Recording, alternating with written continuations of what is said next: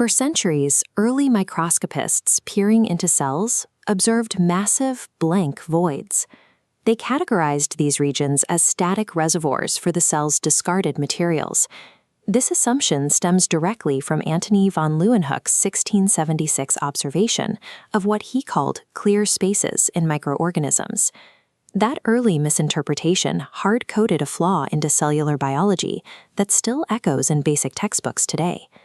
Modern cytology proves otherwise.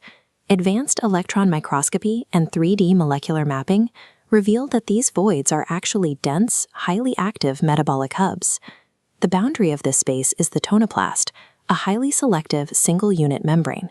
Far from a simple wrapper, the tonoplast is a protein-dense gatekeeper that actively controls the passage of substances, dictating the cell's internal environment. To understand exactly how this organelle functions, we are going to deconstruct vacuolar biochemistry by comparing two extreme adaptations, the stationary plant central vacuole and the hyperkinetic protist contractile vacuole. Discarding the empty space myth is the necessary first step to understanding how eukaryotes actually achieve structural rigidity, manage intracellular digestion, and survive harsh environmental gradients. In mature plant cells, a single central vacuole can expand to occupy up to 90% of the cell's total internal volume. This sheer size addresses a central physical problem for terrestrial plants. Lacking a skeletal system, they still need a mechanism to maintain structural rigidity and lift heavy tissues against gravity. The tonoplast's V-type H+ ATPase pump actively forces protons into the vacuolar fluid. The dropping pH creates a steep acidic gradient, powering channels that pull in ions. This hypertonic state creates an osmotic draw. Water rushes in, generating turgor pressure, an immense outward mechanical force. A plant's upright physical structure relies entirely on this active, energy-demanding biochemical process. The outward pressure of the vacuole effectively turns water into a rigid skeleton. The central vacuole must be meticulously constructed. It is built through the cell's endomembrane system. The process begins on the rough endoplasmic reticulum, where specific vacuolar proteins are synthesized and shuttled to the Golgi apparatus. Once processed, specialized vesicles carrying this vacuolar cargo butt directly off the transface of the Golgi network. This biogenesis diagram traces targeted vesicles migrating and fusing to form acidic prevacuolar compartments. Specific regulators, snare proteins, and Rab-GTPases mediate this precise docking, ensuring cargo is exclusively delivered to the correct target compartments. In young meristematic plant cells, many small nascent vacuoles exist.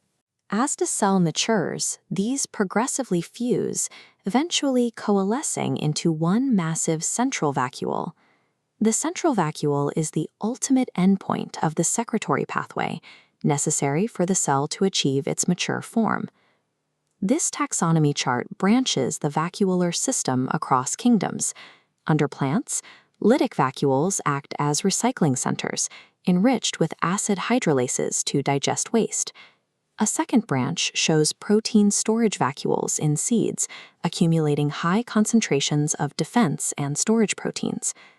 Shifting to the protist and animal branch, the chart highlights food vacuoles. These temporary sacs form via phagocytosis and merge with lysosomes for digestion. Finally, the chart illuminates the most mechanically complex node on the protist branch, the contractile vacuole complex. During germination, vacuolar processing enzymes degrade stored proteins to provide amino acids for the embryo. The structure then reverts back into a large lytic vacuole. Whether degrading metabolic waste, storing embryonic food, or digesting engulfed prey, the architecture of a single membrane surrounding a fluid space proves infinitely adaptable. The contractile vacuole complex solves a life or death hazard.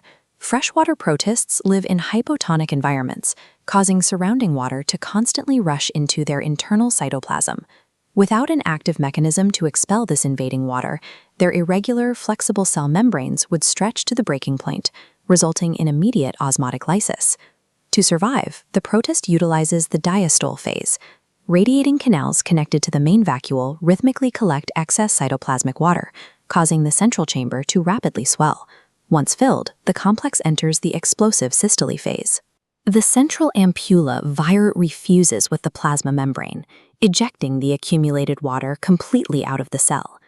This diagram details regulators governing the discharge. Disgorgin and drainin proteins interact with Rab GTPases to trigger membrane fusion.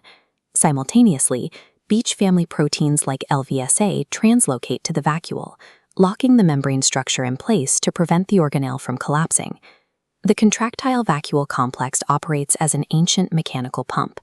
It reverses the plant's strategy, actively bailing water to prevent total cellular destruction. Beyond strictly managing water, vacuoles serve another critical role. They function as a highly secure cellular waste management and chemical isolation system. Because plants lack the systemic excretory systems found in animals, they cannot readily expel their metabolic waste. They must instead lock dangerous byproducts away internally. They accomplish this by pumping lethal secondary metabolites directly into the vacuole. This includes compounds like cyanide-containing glycosides, various alkaloids, and astringent tannins. Sequestration offers a dual evolutionary benefit. It isolates these harsh chemicals to prevent self-toxicity, and it simultaneously constructs a lethal chemical shield that deters herbivore attacks. Many of these heavily isolated, toxic vacuolar compounds have profound biological effects beyond the plant itself. Digitalis, for example, is stored this way and has been extensively harnessed for crucial clinical and cardiovascular treatments in human medicine. Through targeted transport, the vacuole equips an otherwise stationary plant with an internal armory, transforming it into an actively defended chemical fortress. The vacuolar system solves drastically different biological problems. It can generate enough internal pressure to hold up a towering redwood, or pulsate rapidly enough to prevent a microscopic amoeba from bursting. The single biological innovation that makes both extremes possible is the tonoplast membrane. For advanced biological studies, mastering the taxonomy of these compartments and the precise regulatory roles of Rab GTPases and V-type ATPases is essential for understanding how cells interface with their environments. Whether acting as a stomach, a mechanical water pump, a defensive chemical armory, or a fluid skeleton, the organelle constantly moves ions and regulates volume.